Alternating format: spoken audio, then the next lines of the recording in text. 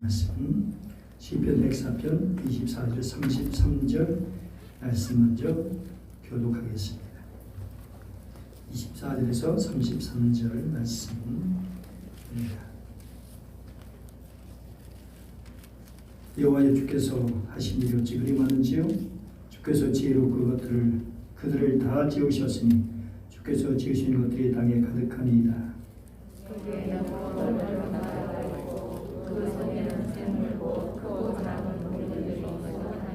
그곳에는 배들이 다니며 주께서 지으신 이와 야단이 그 숲에서 노나이다.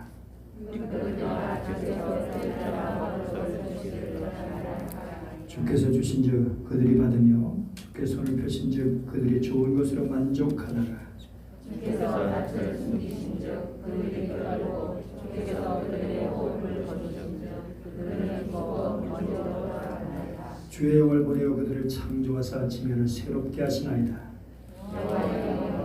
영원히 계속하며 여호와는 자신의 영에 그가 땅을 보신즉 땅이 진동하며 산들을 만신즉 연기가 나는도다. 내가 평생토록 여호와께 노래하며 내가 살아있는 동안 내 하나님을 찬양하리로다.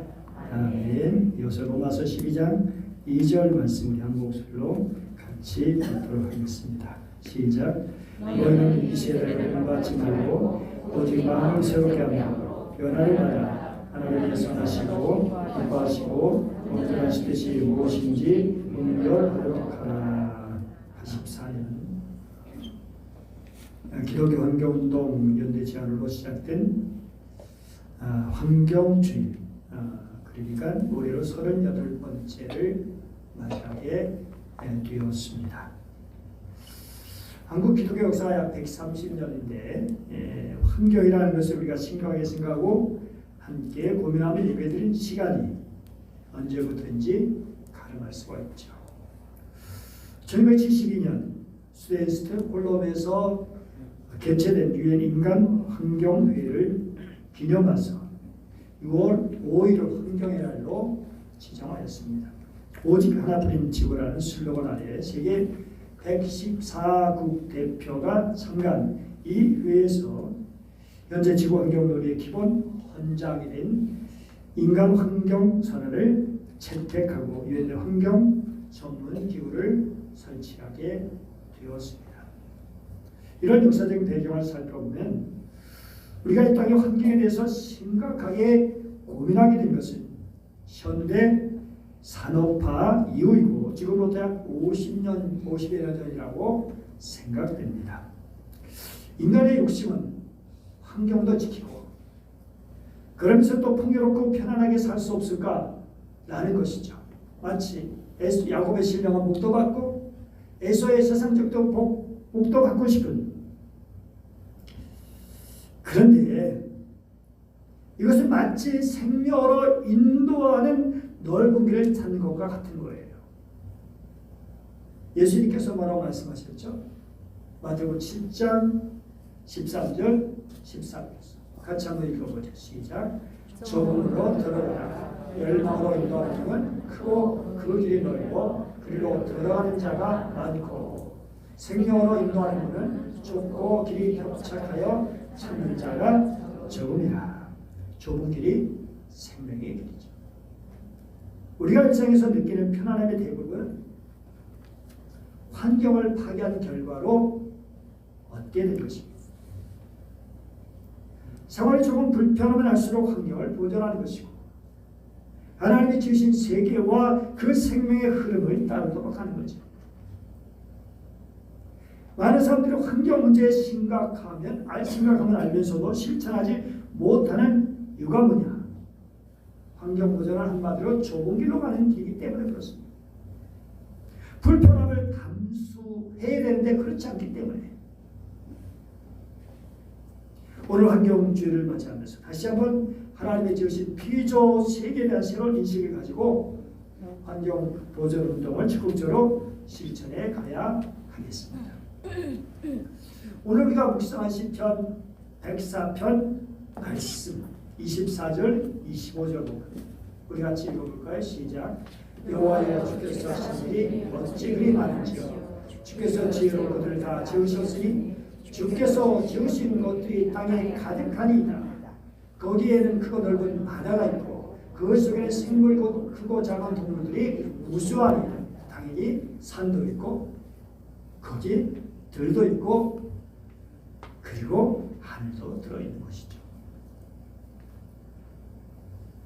정말 이렇게 온 세상을 창조하신 하나님을 찬양하는, 그래서 이 세상 모든 것이 하나님의 창조물임을 고백하고 있습니다. 그리고 그들을 다스리시고 먹이시는 분이 누구냐? 하나님이시라는 거죠. 녹색평론사에서 발견한 녹색평론 선집에 소개된 글을 제가 소개해드립니다. 1854년입니다. 미 합중국 대통령 피어스에 의해서 파견된 백인 대표자들이 인디안 부족 두아미시, 스쿼미시 부족에게 전통적으로 살아온 땅을 팔 것을 지원하면서 앞에 평론으로 하셔야지. 그들의 평화롭게 살 수 있는 보존지구를 주겠다. 그 땅을 팔라. 우리가 대신 다른 평화지구를 이렇게 주겠다. 이런 제안을 했습니다. 이 제안에 그 부족의 추장이 이렇게 대답했어요. 아침 햇살 앞에서 상한개가 달아나듯이 홍인은 백인 앞에서 언제나 뒤로 물러났지만 우리 조상들의 유골은 신성한 것이고 그들의 무덤은 거룩한 땅이다. 그러니 이 언덕, 이 나무, 이 땅덩어리는 우리에게 신성한 것이다. 백인이 우리의 방식을 이해하지 못한다는 것을 우리는 알고 있다. 백인에게는 땅 한 부분이 다른 부분과 똑같다. 그러나 한밤중에 가서는 필요한 것을 빼앗아가는 것, 땅은 그에게 형제가 아니라 적이고 그것을 모두 정복했을 때 그는 또 다른 곳으로 나간다. 또 다른 것을 정복하기 위해서죠. 백인은 꺼리낌없이 아버지의 무덤을 내팽개치는가 하면 아이들에게서 땅을 빼앗고도 개의치 않는다. 아버지의 무덤과 아이들의 타고난 권리는 잊혀지고 만다. 백인은 어머니의 돼지와 형제인 저 하늘이 마치 양이나 목걸이처럼 사고 약탈하고 팔 수 있는 것으로 대한다. 백인의 식욕을 땅을 삼켜버리고 오직 사망만을 남겨놓을 것이다. 이 지도자의 주장이 누구냐면 이름이 시애틀입니다. 그런데 이 시애틀 주장의 연설문에 감동된 프랭클 피어스 대통령, 그것 이름을 시애틀이라 명명했다고 합니다. 그러니까 영화 잠못 이루는 시애틀로 유명한 그 도시가 원래 미국 워싱턴 지역에 살던 인도 부족의 어느 지도자의 이름이었다는 것이죠. 현재 지금 시애틀의 모습이기도 하죠. 오늘 우리는 시 104편을 통해서 온 세상을 만드시고 각종 생물의 모든 것을 필요를 공급하시는 하나님을 찬양하는 것을 배우게 됩니다. 그 말씀을 깊이 묵상해 보면 정말 하나님 만드신 모든 것들, 그 모든 것들이 하나님의 은총을 바라고 하나님의 비를 내려주시기를, 햇빛을 쬐어주시기를, 또 먹을 것을 주시기를 그렇게 바라고 그런 하나님의 은혜로 살아요. 그러다 너 됐다고 부르시면 결국 우리는 이제는 이 땅에서 더 이상 살지 않고 짐승들은 소멸되어지고 우리 하나님의 백성들은 또 하나님을 안기게 되어지고. 그런데 이렇게 귀하게 만드신 하나님 만드신 그 땅을 탐욕 때문에, 인간의 탐욕 때문에 얼룩져가지고 삼켜버리고 마지막에는 사망만을 남겨놓고 말 것이다. 이렇게 말하는 시애틀 주장의 경고를 부끄럽게 여기면서 회개하고 반성해야 하는 것이죠. 특별히 우리 크리스천들은 더욱 그렇습니다. 여러분, 이 세상을 누가 만드셨다고요? 하나님 만드신데 그 하나님이 어떤 분이십니까? 그분이 누구예요? 우리 아빠잖아요. 우리의 신랑 되시고 우리의 목자 되시고 우리의 보혜자 되시는 그런 분이 창조하신 거잖아요. 그러니 당연히 그 자녀된 우리들이 잘 돌보고 관리해야 하는 것은 당연한 일이 아닌 거겠어요. 여러분의 사는 집을 여러분 더럽게 만듭니까? 무너지고 더러워지고 오염됐다면 그냥 내버려 둡니까? 고치고 청소하고 깨끗하게 만들지 않겠어요? 누가 와서 함부로 짓밟는다면 여러분 가만히 있겠습니까? 하나님 아버지께서 창조하신 세상을 잘 관리하라는 사명을 받은 하늘 백성들은 온전히 그 사명을 잘 감당해야 하는 거죠. 그런데 그거 나라 별 상관이 없는 것처럼 이 얼마나 잘못된 것입니까? 땅을 어머니로 아름다운 꽃을 자매로 사슴 말 큰 독수리를 형제로 생각하면서 바해산 꼭대기 풀의 수액 저랑말 등 모두가 한 가족이라는 생각을 가진 인디언이야말로 하나님의 참된 백성으로 사는 것이고 청지기의 삶이 무엇인지 우리에게 깨닫게 하는 것은 아닐까요? 38번째 환경 주의를 함께 드리는 여러분, 아름답게 세상을 만드신 하나님을 찬양합시다. 그리고 하나님이 지으신 이 땅에 사랑하는 마음과 고마움을 마음을 가집시다. 지으신 만물들 그것들이 없으면 어떻게 됐어요? 그게 산이 없다면, 나무들이 없다면, 강과 바다가 호수가 없다면 어떻게 되겠어요? 거기에 뛰어드는 들짐승들, 그 들판에 변하는 풀의 예쁜 꽃들, 우리가 얼마나 있으면 꽃을 잘 보고 있습니까? 만약에 그런 꽃들이 하나도 없다면 얼마나 삭막할까요? 그런 모든 것들이 하나하나 얼마나 소중한 것들이에요. 우리 주님이 만드신 작품들인데, 그래서 우리는 그런 모든 것들을 사랑하면서 그들의 정말 신음하는 소리를 들으면서 사도 바울처럼 로마서 8장에 나오는 탄식하는 소리, 그래서 하나님 우리에게 맡기신 청지기의 삶을 생각하면서 그 삶에 충실하기 위해서 다시 한번 결단하는 이 시간 되기를 축복합니다. 네. 사도 바울은 오늘 우리에게 하나님께서 사도 바울을 통해서 로마서 12장 2절 이렇게 말씀하시죠. 다 같이 읽어보죠. 시작. 너희는 이 세대를 본받지 말고 오직 마음을 새롭게 함으로 변화를 받아 하나님의 선하시고 기뻐하시고 온전하신 뜻이 무엇인지 분별하도록 하라. 하나님이 원하시고 하나님이 바라시는 삶은 무엇일까요? 우리 영적인 생활에서 또 하나님 만드신 만물들을 대하는 그런 태도에서 사람을 대하고 우리가 주님을 섬기는 데 있어서 하나님이 원하시는 삶, 하나님 뜻이 무엇인지 깨닫는 것이 너무나 중요하죠. 금년은 파리 기후협약의 발효에 따라 세계 각국은 탄소 중립을 위한 구체적인 감축을 위해 실천하는 첫 해가 되었어요. 일본에서 각 나라는 저보다 목표치를 제시하며 실천 방안 목표를 모색하고 있죠.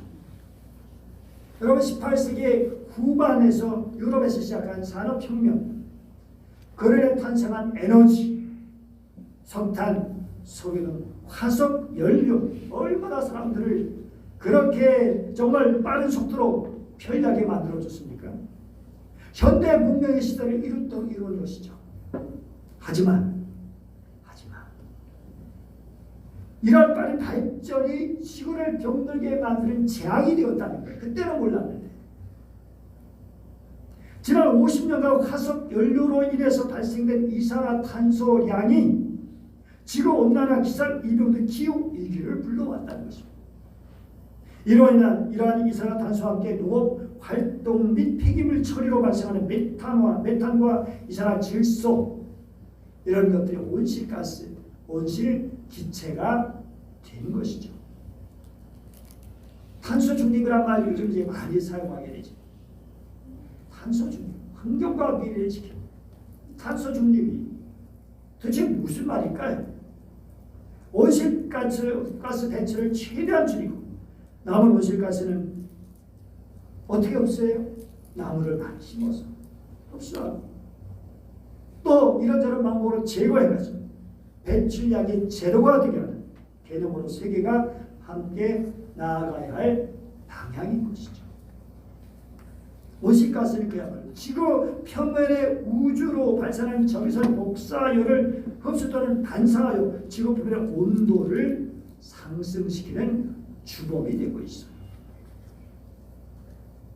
지구 온도가 지구 온실가스 이렇게 지구 온도를 여러 가지 보이시죠? 온실가스들 뭐 비료 사용, 에너지 사용, 산업 운정, 뭐 에어컨 내국의 폐기물 뭐 이런 것들 이렇게 보여지고 있습니다.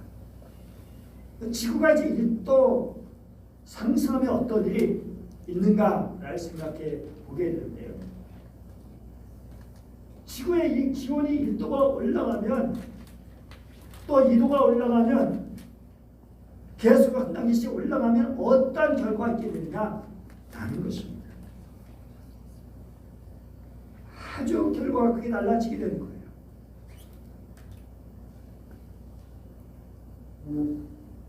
그 IPCC의 보고에 의하면 지구가 2도 상승하는 경우 1.5도 상승할 때보다 대기 오염으로 인한 사망 인구가 약 1억 5천만 명이 더 늘어난다고 하는 거죠. 0.5도의 차이의 상승만으로 수억 명의 목숨이 좌우된다는 것입니다. 지구의 평균이 1도 오른다면 어떻게 됩니까? 가뭄이 여기저기서 지속되고 킬로만자로의 만년빙이 사라지게 됩니다. 15년 40% 북극 생물이 멸종 위기를 겪게 됩니다. 바다 생물도 죽어. 정말 이렇게 계속해서 문제가 되는 것이죠. 예, 이런 일들 2도 올라가면 또 이런 문제, 또 3도가 올라가면 또 기후로 인한 이제 문제가 또 정말 100만에서 300만 명. 예, 너무 빠르니까 제가 볼 수가 없네요. 해안 침수 피해는 1억 6천만 명. 20에서 50% 생물의 멸종위기, 아마존 열대우림 파괴. 제가 이런 것들을 밴드에다 올려놓도록 하겠습니다. 4도가 오르면 어떻게 되고 5도가 오르면 어떻게 되고 그리고 6도 오르면 결국 대멸종이 시작된다는 거죠. 여러분 이게 장난이 아니라는 거예요. 그냥 소설 속에 공상 속에 일어나는 그런 일들이 아니라는 거예요. 여러분 이런 미래 도시 이런 것이 단지 미래적인 그런 일만 있는 현상들이냐? 라는 거예요. 미래 이야기만 치부할 수 있냐는 거예요. 이미 우리는 경험했죠. 재작년 9월 우주 산불이 작년 2월까지 이어지게 되었어. 호주 산불, 이 호주 지도인데요. 여러분 불이 얼마나 크게 났는지 볼 수 있죠. 이게 위성사진 호주를 찍은 것입니다. 사방에 찍은 이게 전기불을 밝힌 게 아니에요. 그래서 코알라와 캥거루 15마리 이상의 생명을 앗아갔습니다.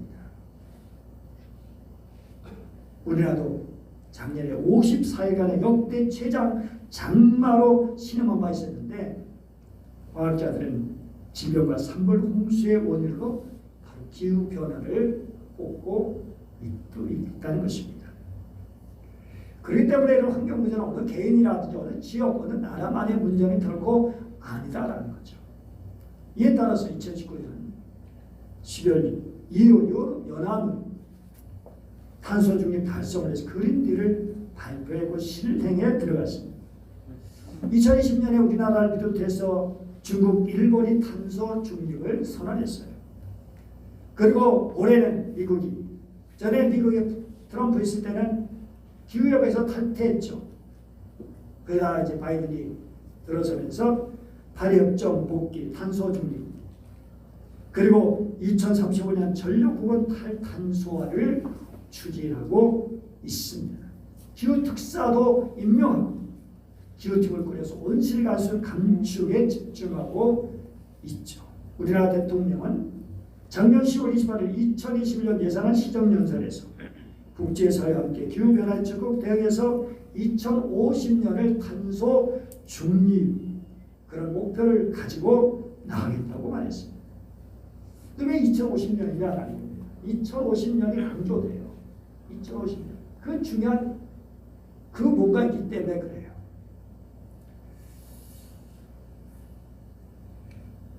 다음에 이렇게 그림을 보면 지금 언젠가 인류가 멸망한다면 그것이 무엇 때문일까?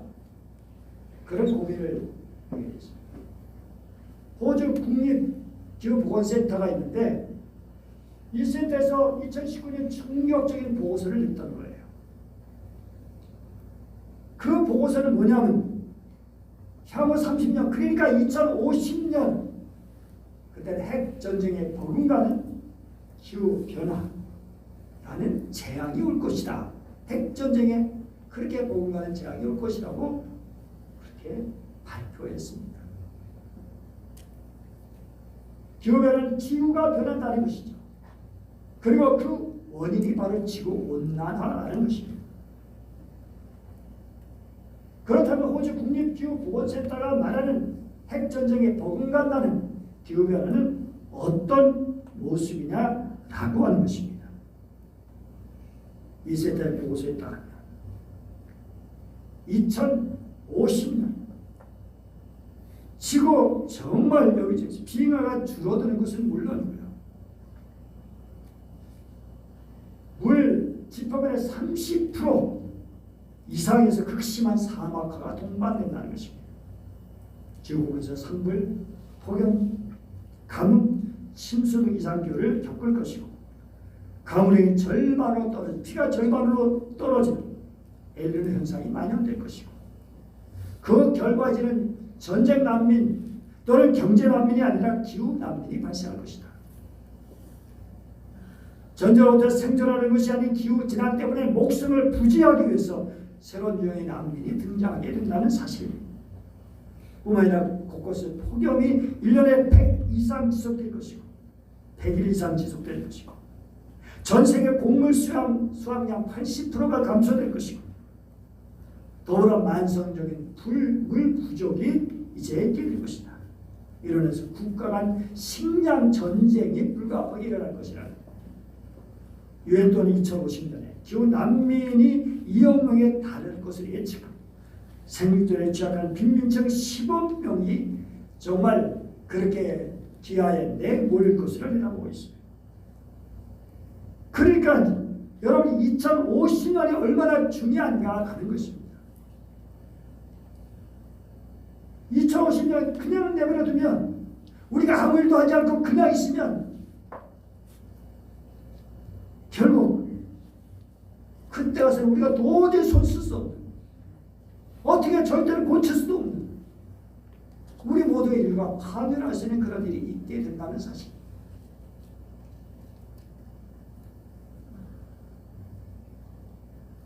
사랑하는 여러분, 정말 우리가 고칠 수 있다면 그래도 괜찮아요. 잘못됐는데 고칠 수 있다면. 그런데 물론 하나님의 역사하심이 얼마든지 가능하지만 그러나 성경 하나님이 인간의 죄악으로 인해서 그러는 것 그냥 쉽게 고쳐주시나 알아서 왜 고쳐줄게 하시나요? 정말 철저한 회개 돌이켜야 되는 그 회개가 바로 오늘 이 시대에서는 탄소 중립이란 말로 나타나고 있는 것이죠. 여러분 여기를 나타내는 시기가 있다는 걸 알고 계시나요? 예, 우리 그 책도 하나 보는데 이 책을 보면 이 책에서 이제 뭐라고 얘기하냐면 지금 이런 것들은 뭐 가뭄이라든지 뭐 홍수라든지 이런 것들은 장난이다라고 해요. 장난. 지금은 장난 수준이다. 장난. 우리가 그렇게 대단한 일을 겪고 있는데도 이거는 현재는 장난이다. 앞으로는 이런 게임한테는 엄청난 일, 우리가 상상할 수 없는 일들을 겪게 될 것이다 라고 하는 것이죠. 여러분, 그렇기 때문에 2050년까지 탄소 중립을 이루자는 것인데 환경위기 시계가 있어요.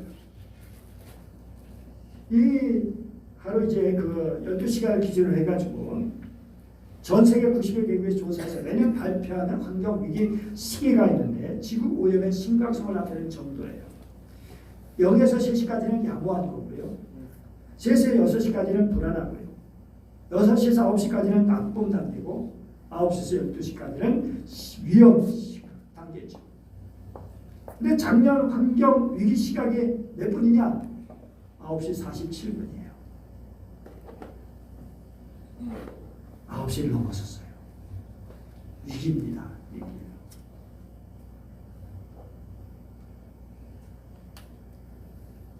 결국 전 세계의 위기감이 높아지고 있는 현실입니다. WHO는 기후변화에 관련해서 2030년에서 2050년 사이 말라리아와 영양실조로 매년 25만 명의 목숨을 잃을 것으로 예상하고 있어요. 지금보다 강력한 태풍이 불고 강력한 홍수가 나고, 그래서 우리가 생명에 대한 권리, 자유고 안전하게 살아갈 권리, 이런 인권도 결코 보장할 수가 없는 기후 대재앙 예고하고 있습니다. 그래서 온실가스와 전쟁을 벌이고 있는 거예요. 이를 위해서 우리가 실천해야 될 사항들 주보에 이렇게 기록해놓고 답해봅니다. 요 사항은 제가 다 이제 말씀드리겠습니다. 주보에다 보시고 또 내놓은 우리는 기본적으로 해야 될 그런 사항들입니다. 지난 3월 9일 기후이기 때문에 하나님의 창조세계 생명을 지키기 위해서 교회와 기독단체를 연대 구성한 기후위기 기독교 비상행동 출범식을 갖게 되었습니다. 여기는 기독교 환경연대를 비롯해서 녹색교회 네트워크, 그 다음에 YMCA, YWCA, 한국기독학생 총연맹 등 24개 단체와 교단을 만난 39개 교회 개인 82명이 참여를 했습니다.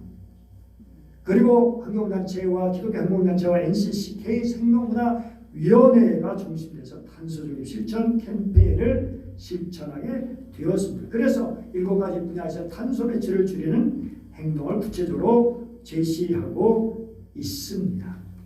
중요한 것은 편리함을 추구하는 우리들, 편안함을 추구하는 우리들.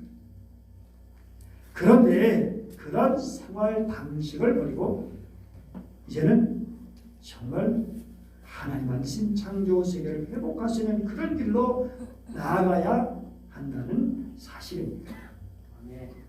문제는 우리의 삶이에요. 우리의 실천이 답니다. 오늘 분명히 말씀한 이 세대를 본받지 말라. 마음을 새롭게 하라. 이 세대를 본받지 마라. 이 세대를 그냥 자기 욕심대로 자기 힘대로 마음대로 환경을 오염하고 파괴하고 자기 편하고 자기 즐기면 되는 그러한 세대를, 이러한 풍조를 따르지 말라고 말씀하고 있습니다. 여러분, 캠페인 좋죠, 선언 좋죠. 그러나 그것만으로 끝난다면 아무런 의미가 없죠. 하나님 기뻐하시고 있는 뜻이 무엇인지를 분별해야 되는데, 그러기 위해서 먼저 우리들이 있는 마음이, 필요한 마음이 바로 마태복음 5장 산상수에서 말씀하신 바로 심령이 가난한 것입니다. 가난한 마음이 뭘까요? 하나님 없이 살 수 없는, 하나님의 말씀하신 것을 정말 깊이 새기는, 하나님의 뜻을 깊이 되새기는, 되뇌이는, 세상 모든 탐욕과 욕망을 벗어버리는 그런 것들이죠. 오늘 브라도프 공동체가 있는데요. 참 개신교 공동체 중에서 제가 역사 있고 그냥 모범적으로 운영되고 있는 공동체인데, 그 브라도프 관계자가 우리 교회 목사님을 만나서 한 말이 아주 인상적이에요. 그분 이렇게 말했어요. 우리들의 세상에 모든 것을 포기하고 공동체 삶을 사는데 그럼에도 불구하고 날마다 포기하는 분들이 필요합니다. 저는 우리들에 비해서 엄청나게 노력하고 엄청난 대단한 삶을 살아가는 그런 분들이지만 그럼에도 역시 그들 날마다 포기하는 훈련이 필요하다는 거예요. 아직까지도 포기하지 못하는 그런 부분들이 있으니까, 아직까지도 부족한 것들이 있으니까, 아직까지도 인간적인 그런 욕심들이 있으니까 인간의 욕망과 탐욕을 억누르기 위해서 날마다 자기를 포기하는, 사도 바울처럼 날마다 죽노라, 날마다 자기를 쳐서 복종시키는 그런 훈련을 하고 있다라고 하는 사실입니다. 사랑하는 여러분, 지금 기후들이 비상행동 10년 운동을 전개하고 있는 그런 때입니다. 앞으로 그냥 이렇게 돼요. 저는 이걸 생각해보면서 2050년 여기는 많은 분들 상관없어요. 그때 가서 그때까지 살 수 있을지, 그때까지 그런 데 살 사람들이 여기 있어요. 우리 아이들. 그 잔잔 살아갈 사람들이에요. 우리는 이미 다 세상을 떠날 수 있어요. 통계를 보니까요, 80 넘으면요, 30%의 80, 70%는 다 죽어요. 80 전에. 우리 인구 보니까요. 80 넘어까지 산다는 것은 30%에 들어가는 거예요. 그러니까 2050년 지금 뭐 우리가 여기 살 사람이 얼마나 있어요. 그런데 우리 아이들이 살아가야 된다. 이 아이들이 정말 건강하게 살아가야 되잖아요. 이 아이들이 제대로 살아지 못하고 그러면 누가 아픈 거예요? 하나님. 노아의 홍수 때 하나님 마음이 얼마나 아프셨어요. 여러분 그 마음을 여러분 생각해 보셨습니까? 하나님 만드신 세상을 인간들이 이렇게 파괴하고 오염시키고 있는데, 근데 하나님은 하나님의 백성들이 무관심하다. 이건 엄청난 일이 아닐 수 없죠. 하나님을 사랑하시고 기뻐하시고 온전한 뜻이 무엇인지 분별하면서 우리 후대가 좋은 환경 속에 살아갈 수 있도록 아름다운 세상을 만드는 일에 우리 모두가 동참하는 은혜가 있기를 소망합니다. 기도하겠습니다. 은혜로우신 하나님 아버지 감사드립니다. 우리 오저들을 사랑해 주셔서 함께 주님을 섬길 수 있게 해주시니 감사합니다. 하나님 아버지, 이 세상이 얼마나 지금 문제가 심각한지, 이상기후, 가뭄, 홍수, 폭염, 산불, 정말 이루 말할 수 없는 여러 가지 현상들이, 그런데 그것은 장난이라고 합니다. 앞으로는 상상할 수 없는 엄청난 재앙들이, 그래서 지구에서 더 이상 인간들이 생존할 수 없는 그런 단계까지 이룰 수도 있다고 합니다. 주님 만드신 세상인데, 주님이 살게 하신 그런 피조물들인데, 가장 아픈 이시니가 바로 하나님이 아니시겠는지. 정말 저희들은 단지 생존을 위해서만이 아니라 하나님을 사랑하기 때문에, 하나님을 기쁘시게 하기 위해서, 언제나 하나님을 찬양하기 위해서, 하나님께 영광 돌리기 위해서만 하나님 만드신 이 세상을 잘 갖고가는, 지켜가는 주의 백성들 되게 하여 주시옵소서. 단소 주님, 그것이 구체로 실천돼서 다시 이 지구가 희망 있는 그런 세상이 되어지기를 간절히 원합니다. 주여, 하나님 이 땅에 은총을 베풀어 주옵소서. 그래서 녹색의 아름다운 정말 소망, 은혜가 계속 넘치게 하여 주옵소서. 간절히 원하며 주 예수님 이름으로 기도드립니다. 아멘.